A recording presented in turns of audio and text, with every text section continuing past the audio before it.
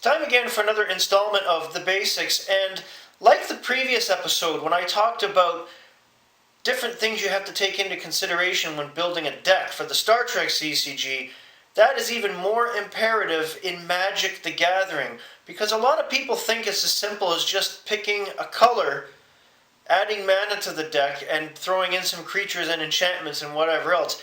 Not even close to being that simple. And I'm going to show you why using two of my own decks and how they are made up.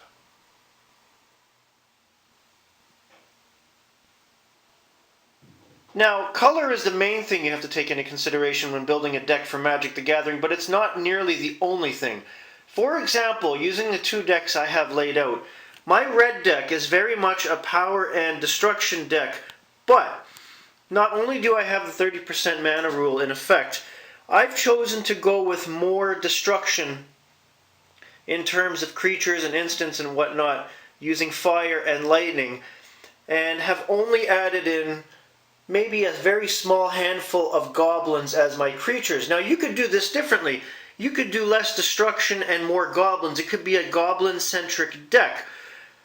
Add to the fact that my red deck contains probably the least amount of artifacts out of any deck I have built at the moment. And I have one deck made up for each color, as well as a multicolored deck. But my red deck, I prefer to base it on lightning and fire and quick and utter destruction. For me, it works. I could turn it into a goblin deck, but that would diminish the power and it would be more of a standoffish deck. When I move over to my green deck, my green deck is a combination. It's not power or destruction per se like the red deck. It contains 35% mana, but my creatures and the type of deck are split between worms, like the big spined and craw worms, as well as a few different types of spiders. Spiders, you might think they're worthless, but they actually capture and can do a lot of damage to creatures that have flying. If I'm playing against a white or a blue deck, the green deck is amazing for that. So this is more a confrontational deck than anything else. It has a lot of heavy-hitting cards that cost a lot of mana, but I can also bring out a lot of enhancements, things to make my creatures better, and it has smaller creatures that can come out quicker and get out on the battlefield. The other thing you need to take into consideration is the percentage of artifacts and the type of artifacts you're going to have in this deck. Do you want it to be an artifact-centric deck where you have tons of artifacts and artifact creatures? Or are you going to go light on the artifacts and only use them for special ploys and maybe some other gambits in the game? No one is going to put more than 50% artifacts in their deck, and even that's a high amount.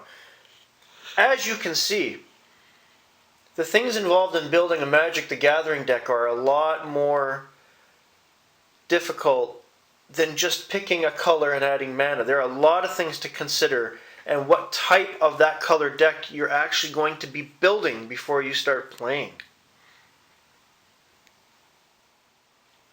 So keep all that in mind when you're building your next Magic the Gathering deck. It's not as simple as just a color and a stash of mana. You really have to decide if you're going to build your deck around certain groups of creatures, artifacts, or anything else involved in each color, like destruction or confrontation or goblins, or whatever you want your deck to achieve. You can't just pick a color, throw cards in, and hope for the best. It doesn't work like that. That's all for today. Have a great day, everybody.